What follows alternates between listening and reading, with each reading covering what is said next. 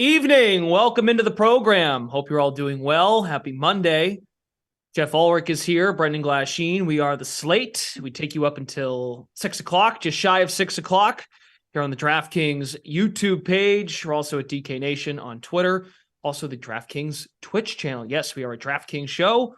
All odds are presented by the DraftKings Sportsbook. Salaries from DraftKings. We are going to pile in as much as possible in the next 30 minutes. We're going to spend a lot of time on the golf, though. U.S. Open in Los Angeles for the first time in 75 years. The L.A. area, to be specific. So we will dive into the U.S. Open with Jeff. His opening thoughts. His cheat sheet has been posted at dknation.draftkings.com. So instead, why don't we save the meat of the show for golf, and we'll spend a few minutes on basketball and hockey, because there is NBA Finals tonight, and then we'll dive into the hockey, and that way we can save the final bulk for golf.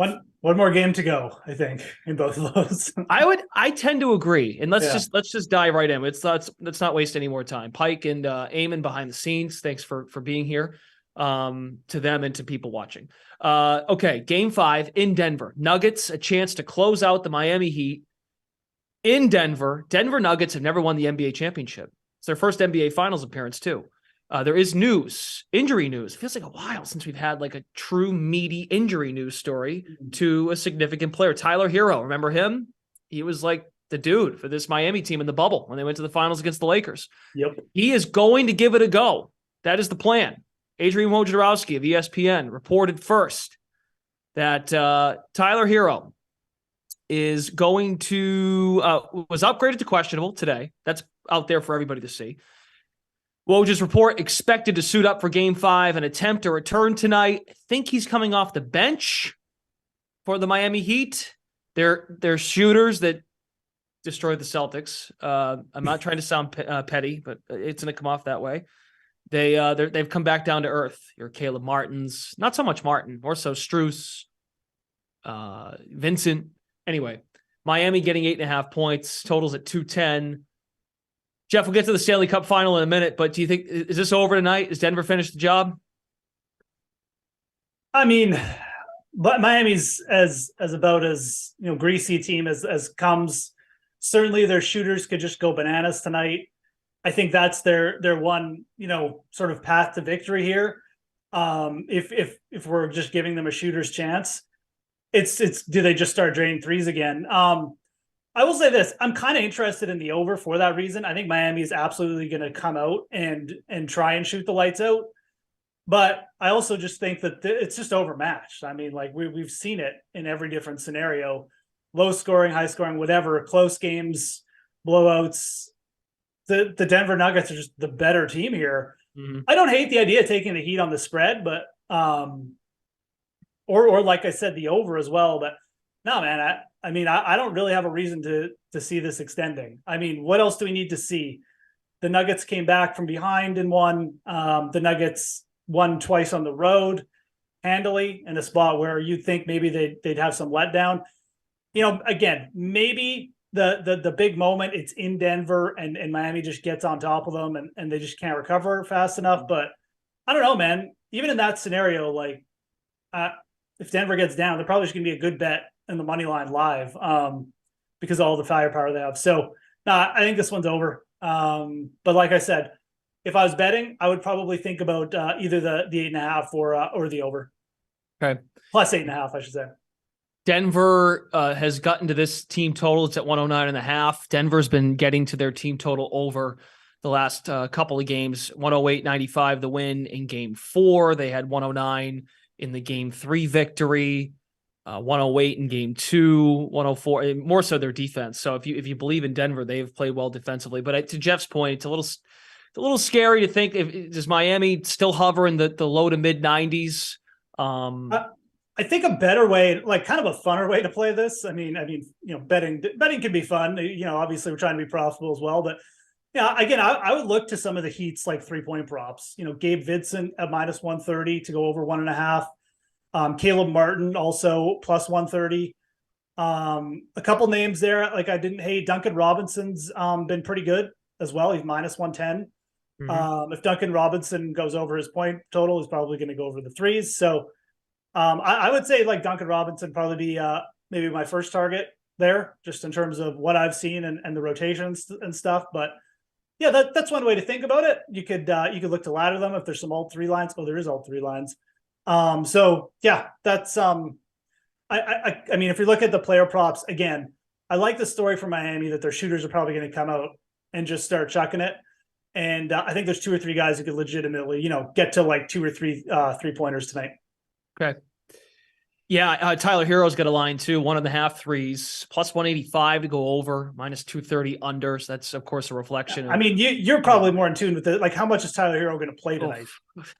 I'm not as in tune as I am. Not as in tune to it as you are, because who knows with NBA rotations if he doesn't have it. I mean. I don't know if anyone's in tune. Like, I don't know if anyone really.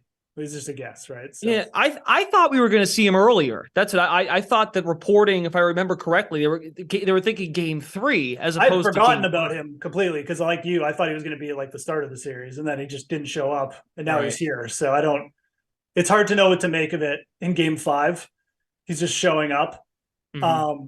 It feels like, the Tyler Hero thing could just be a huge nothing burger, like I said, but I guess if they insert him and he plays like 25 minutes and he's productive, I mean, sure, maybe that could be something. But I would almost look at it like if I don't know, man. It so many different ways. Isn't it telling too that he doesn't have a points prop listed? Oh, for sure it is, because again, like, I mean, there's his minutes are, like I said, I mean, he could play 30 minutes. He's probably not going to, but I mean, if he gets off to a good start, what do the Heat have to lose? Mm-hmm. And at the same time, he may not even maybe he doesn't take the floor. I mean, legitimately, I don't know. So he'll probably take the floor, but again, those are like the hyper, the 2 extremes, but it'll probably be something in between. But I think there is a big variation of what he could do here. So, to be fair to Miami, quick last thought here on this, they've been losing by double digits. I realize that. And Denver has, if you watch the game, they're controlling these games. They're not losing by 25. I mean, Miami has been competitive in these games. Game 3 was competitive, even though it was a 15-point loss. That was a competitive basketball game. It was only a 5-point game at halftime. And then it's really been the second halves that have really put this team away. So my question would be, how do they even get him minutes? If you look at the breakdown, guys coming off their bench, Highsmith's not playing, Zeller's not playing. And those are, of course, not Tyler Hero's position, but their minutes are coming from guards. So I don't know where they're going to fit Tyler Hero into the mix. Yep. I tend to believe, too, when a guy kind of joins in last minute and it's sort of a clogged position for them, it tends to feel like that they just don't mean it. They just don't end up performing at all. So it's telling that his 3-pointer prop is 1.5 and the under is at minus 230. So who knows what his points prop would be set at, what the under would look like in terms of the juice. So he's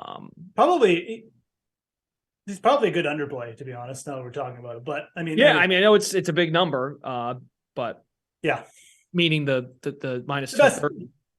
Yeah, I don't know. I mean, again, playing a little bit of the 3-point props on the Heat is fine, but I don't really know what Tyler Hero is. Just someone you can probably pretend doesn't exist tonight, and you'll be fine either way. Yeah. So, and again, I think Miami's been competitive, and it's kind of a lazy take. Yeah, it's over. Denver will just escape, but I mean, they've been that good, and again, we went over ways you can play it. Like I said, I mean, I do expect some guys to really come out and be firing a couple extra shots. And I do think that, I mean, you mentioned this, but the series has been close. So, maybe even you look to play the first half line of Miami's over or like the plus take the points with Miami in the first half. I think those are reasonable options to play it. So, yes, you can still think that Miami's going to lose and look to bet the game in certain ways, just like we're going to do with hockey here, because it's kind of the same scenario. I mean, I think that, you could look to parlay the Nuggets and the Golden Knights. I mean, I really do think you could. The contrarian angle to take the underdogs in these games is interesting. Really quick, Miami team total first half 50.5. Okay, they went over that in last game. So okay, so go ahead now. Go back to what you were saying with the underdogs. We can pull. Yeah, no, I was just gonna say. I mean, the underdogs are appealing. It's a super contrarian move, but I mean, the Panthers, Matthew Tkachuk is all of a sudden not practicing. The Panthers have been really, really tough team to just shut down, but Vegas held on for that win in Game 4, and once again, like Vegas just came out and just asserted their dominance. They're just so opportunistic, 5-on-5 and on the power play. And the Panthers just can't seem to get out of their own way in this series. Like, just too many power play opportunities the other side, one bad mistake, and that's all Vegas needs. So I am if I was going to bet an underdog, I would pick the Panthers between the Panthers and the Heat. I don't know that I'm going to do that. I may end up doing that Tuesday. Like, I don't really have a call here for this game. Yep. The easy answer is just like I said, just if you're just coming into this, you're just like, yeah, bet Vegas again. I don't really have a problem with that take. I'm going to wait and see till tomorrow and get some news on Tkachuk and see how I'm feeling, but see how much more pain I can handle. But it is interesting that the Panthers are now to plus 140. I expect that may even get bigger by game time. If Tkachuk is ruled out, you could see an even bigger line. And the Panthers are a hard team to get down.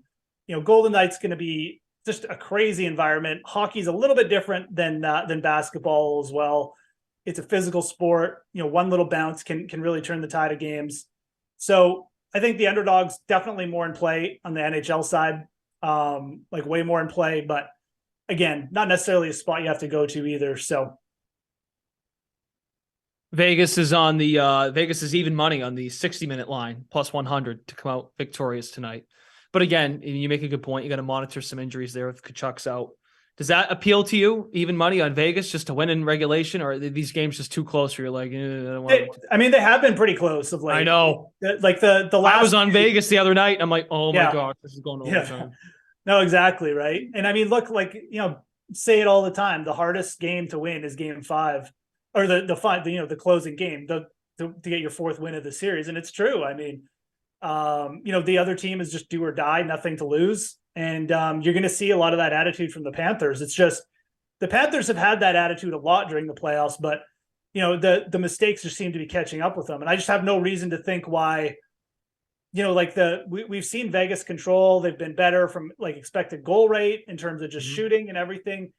And it'll probably play out like that again. But so yeah, I mean, the one thing about betting the 60-minute line now is that if Tkachuk does go out, you're like, the line will go down. Like, it'll probably be like -1, who knows what it'll adjust down to, but certainly, could be getting out in front of that news. If you like the Golden Knights, I would probably be hitting the Golden Knights now. If you're interested in playing the Panthers, or you're just taking a wait and see approach, I would just wait, because there's a good chance to get a better number. Okay. And we can expect more on that tomorrow from Jeff on the sweat. I also will say, I think the under is, I'm surprised we're getting a 6 total. I think this could move to 5.5. We've seen really tight games. I think it opened 5.5, if I remember correctly. Yeah, and those first two, don't forget those first 2 games of the series, Florida was pretty rusty. They had a few more breakdowns. They did tighten up a little bit, especially in Game 4. I know there was a couple mistakes there at the start, but they really tightened up again. And I think you're going to see. I think you'll see more of that from Florida in Game 5, a tighter approach. So again, more than anything, like I would play the under right now. Would be my first bet, and then I'd probably look to make a choice on the money line tomorrow or something when you get more news. Yeah, rusty, and I think we talked about this game. I think we previewed Game 2, reacting to Game 1. A lot of penalties, as we know. A lot of those goals were scored on penalties, and both teams have limited the other team's chances on with the extra man. Now, does anything that happened at the end of Game 4 flow into the next game? Because there was some unpleasantries exchanged, or some pleasantries were exchanged. We'll call There's some punches thrown. Yeah, exactly right after the game. Yeah, I mean, look, I think if anything, it just fires Vegas up not to let their guard down. Like this. Florida coming and making a ruckus after the game. I mean, if anything, it's just going to make Vegas, more in tune, like, less confident, less cocky, more angry. I see Florida coming unraveled a little bit. They know they kind of blew it. They just started slow again, and I expect a tight game, but again, like, it's not enough for me to just go loosey-goosey and just be like, oh yeah, hammer Florida here. If anything, if you like Vegas, I would jump on them now. And like I said, I do like the under. I think at the very least see a tighter game, but I'm not making a very good sell case here for the Panthers, and it's for a good reason. Like I don't really want to bet them, and I probably won't be. So Okay. Like I said, we'll have more hockey tomorrow, but wanted to get a quick thought. I think Jeff, you're not on the show tomorrow, this show. yeah, no. Cool. All right, let's go to the U.S. Open. Gets underway Thursday.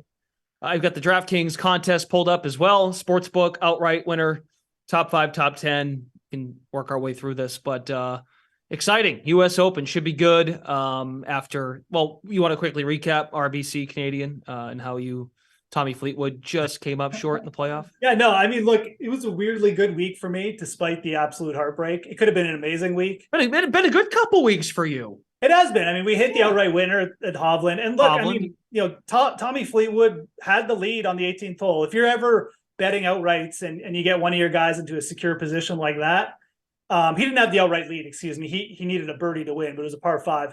The thing is, Nick Taylor was at like plus 250, plus 300 on the outright odds.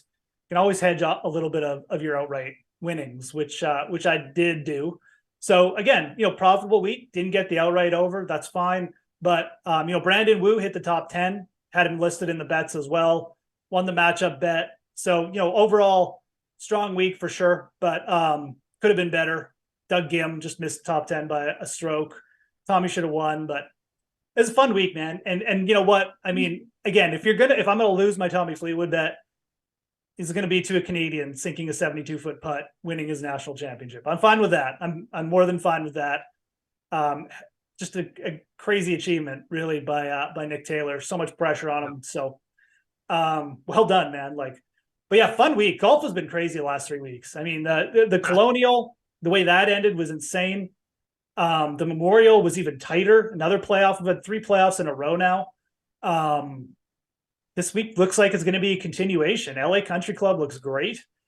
Really unique looking setup. Have not seen this course ever on a PGA event. It's going to be long. It's a little bit quirky. It's got some, natural vegetation built into it, which I like. No water? Yeah, no water on the course. No water, but there's barrancas. There's these little gullies that are filled with vegetation, and they guard some of the greens and fairways. Feels like mini golf. Lots of elevation, and it's not going to be the traditional U.S. Open setup. There's wide fairways. So there's one big cut of rough, but you got a lot of room, and there's some rollout and stuff. So I think you're going to see a little bit of luck involved off the tee, which is typically not the best for the top players, because the more luck comes involved, a few more players have a chance. So I think you'll see a little bit Pinehurst, Chambers Bay action off the tee, which again, those were pretty crazy U.S. Opens. And I think this is going to be a little bit of the same. Should be a fun week. I'm looking forward to it. Correct me if I'm wrong. Were you high on Cam Smith last week too?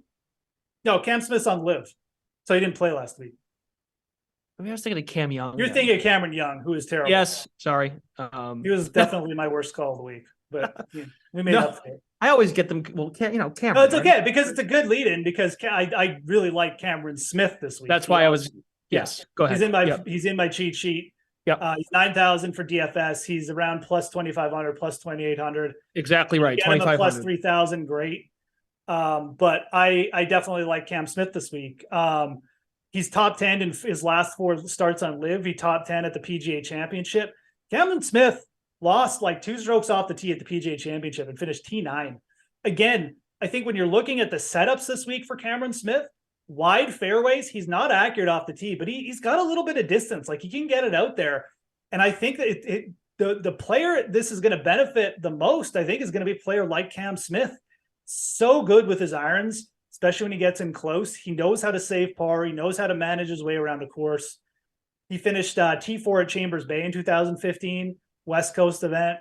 I think he's got a real shot this week. I just really like Cameron Smith as a player. Hit him at the Open last year. We're going to go back to him here. He's been playing pretty good, and I think the number is completely fair. Give me Cam Smith over guys like Cantlay, Xander. I actually like Xander this week. I may bet him too, just not at plus 1,800. But when the number for Cameron Smith is that good compared to these other guys, betting Cameron Smith, never a poor idea. You had a trend that reflects your analysis. You mentioned that 11 of the past 13 winners of the U.S. Open had recorded at least 4 top 10s on the season before their U.S. Open, and that directly reflects Cam Smith. Yeah, it actually does. That trend is obviously PGA centric. Yes. But Cameron Smith, despite playing like 5 events this year, actually does fit the trend. So it's a good pickup. But yeah, what we've seen from the U.S. Open is guys who've been in the mix all season. I mean, we've had elite winners the last 4 or 5 years, but even Matthew Fitzpatrick last year, 5th at the PGA coming in the month prior. You look at John Rahm, he was 8th at the PGA the month prior, the year he won it. Even Gary Woodland in 2019, he was 8th at the PGA in May and then won the U.S. Open in June. So again, it's not the be-all, end-all. Don't base all your decisions just off the top 10 at the PGA Championship, but certainly playing well at the PGA Championship has been a pretty good indicator for success at the U.S. Open. So it's not overly shocking. They're both really tough setups. I think Cameron Smith handled the PGA Championship setup well, and I think this setup is going to be even better for him. If you've done this before, I apologize, but it's the first time I've picked up on this, that Jeff not only maps out the course, value, DFS, he mixes in the DFS and the sportsbook angles. He's added a wrinkle. I think this is new. He's got a player quote in his write-up this week from Colin Morikawa. I feel like I'm listening to a sports talk radio show, and you're inputting sound, just very creative. But it's a quote from a player. He's like a beat writer. But for betting. Yeah. Oh, it's good. It gives you more insight into what the course is going to play like. It's hard to find these sometimes. It takes a little bit of digging, but for the majors, right, I always try and do it because it's a little bit easier to find the quotes. But Colin Morikawa, this venue hasn't hosted a professional event, but it hosted the Walker Cup in 2017, which is an amateur event. I believe Morikawa played there. I can't remember if it was him, but a bunch of the players who were in the event this week played there in the Walker Cup. And certainly there's some commentary from some of the players as well. So. Well, I wanted to read it because I want you to try and I know you can. It's more so. So when Morikawa says it will require excellent ball striking from the tee to land on the greens, you cannot be hitting the ball too far, even though the fairways are wider than some of the U.S. Opens that we play because of the distance it will require. It requires players to hit very good iron shots from mid-range to long irons. So with all that said, and you mentioned Cam Smith already, who are some other guys that fit that criteria? Yeah, no, I mean, look, if you're looking at just like pure long irons, I mean, Victor Hovland is obviously a player who's done well, comes to mind. Certainly going back, a guy like Hideki. Bryson is another name that I really like this week. I'm a little bit. Bryson is a very much boomer bust candidate, but when you're looking at outrights this week, he's plus 4,000. I mean, this is a player who won the U.S. Open by 6 strokes 3 years ago. He was 4th at the PGA. Objectively speaking, that number could look insanely ridiculous come Sunday. Bryson has a ton of length off the tee. He's really good with his long irons. He was really good with his irons at the PGA. If his putter shows up, and Bryson has proven like he can be a top 10 putter at times, I mean, he could really eat this course up. I really believe that. And the thing is, like, we're not betting Bryson at 22. He's not 22. He's not plus 1,800 like Xander.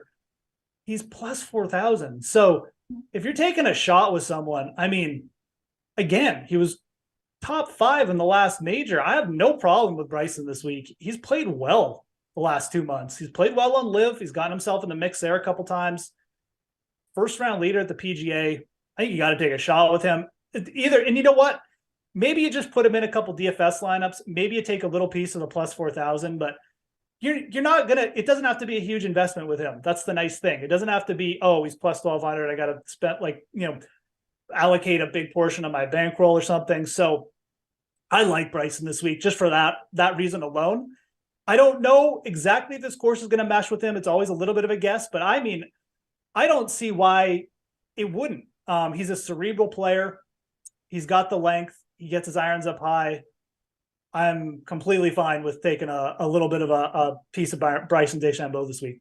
He has really turned a corner since the Masters. Have you seen him, Glash? Yeah. He's not fat anymore. He's skinny.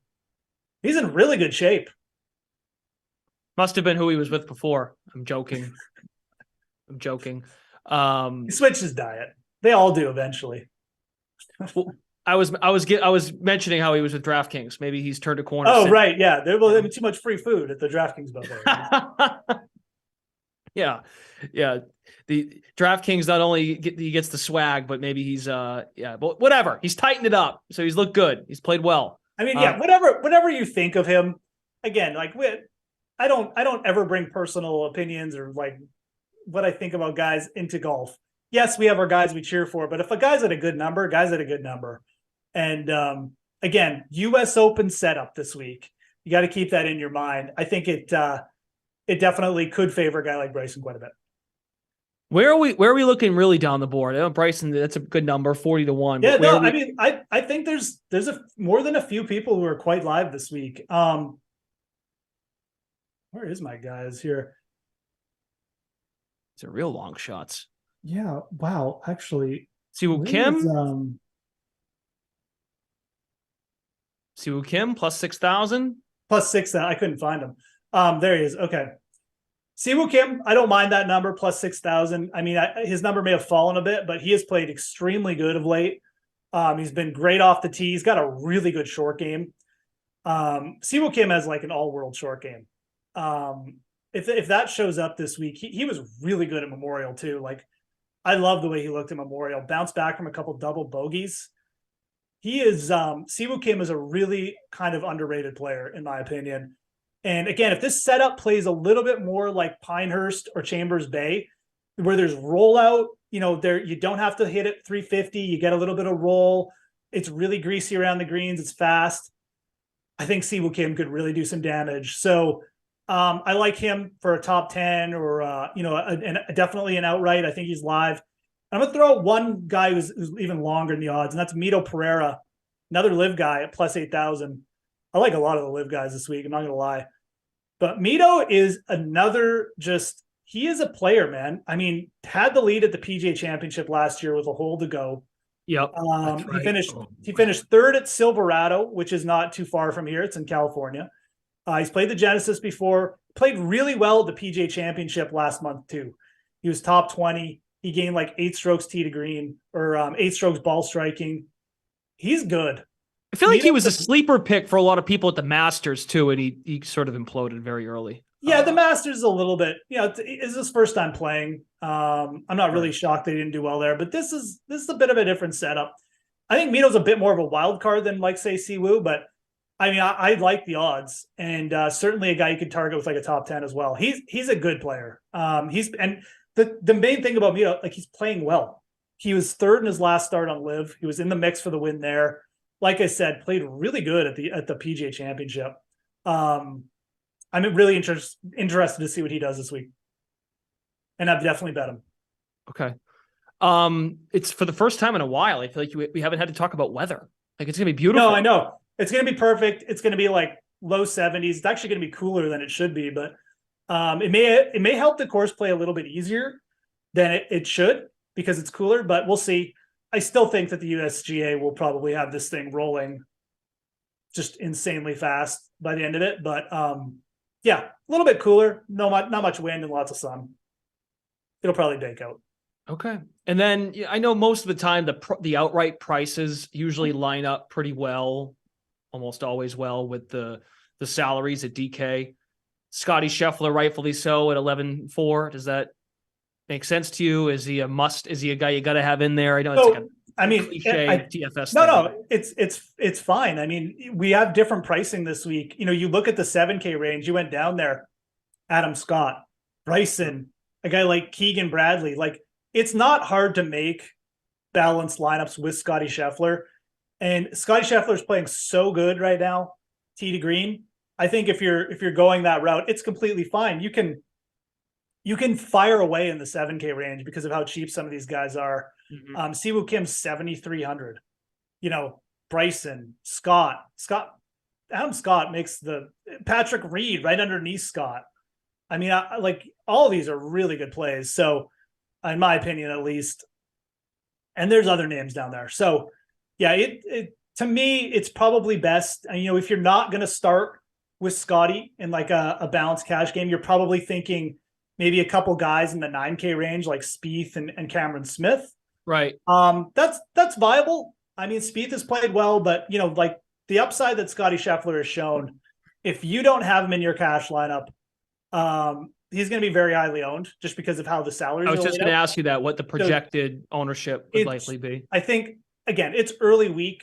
I actually haven't looked at the projections I use, but I would anticipate Scottie Scheffler being pretty popular because of how easy it's going to be for players to get him into lineups and just fire away with a lot of balanced 7 low AK range guys, which there's a lot of quality names in there. So, okay. All right. That's a good tease for later in the week when Jeff joins the Wednesday golf program here on the Slate. He'll have more during the week on the Sweat. As I said, you should check out his golf cheat sheet for the for the US Open, which gets underway Thursday in Los Angeles. So look forward to that. That's it. We got to get out of here. Again, LA Country Club this week. We'll have more coverage of that. Stanley Cup final tomorrow. See if the NBA finals are still going. If there is if the Heat win tonight, I think it's now every other day now. So I think Game 6 in Miami would be Wednesday. I think they got to get this stuff over with, man. We're almost mid-June here. Well, you had enough. You say that now, and then it's going to be like, will Aaron Rodgers get the Jets over the hump for 2.5 months? That's true. Is Kirk Cousins viable in Minnesota? Like, just I love all that stuff, though. I could talk NFL all year. It is. I don't ever want to not talk NFL. I will say, and really quickly, out like DeAndre Hopkins, who knows where he goes. It's been very quiet, since the Rodgers stuff broke. Alvin Cook too. It's kind of just simmered down a little. You felt like something was going to happen right away, and now no one's talking about it. So maybe they'll wait until the U.S. Open's over. Perfect. All righty. Thanks to Eamon and Pike behind the scenes. For Jeff, Brendan Glasheen. Show is back tomorrow after the 4 o'clock Madden Sim. We've got the Sweat at 11 a.m. Eastern time. Bye.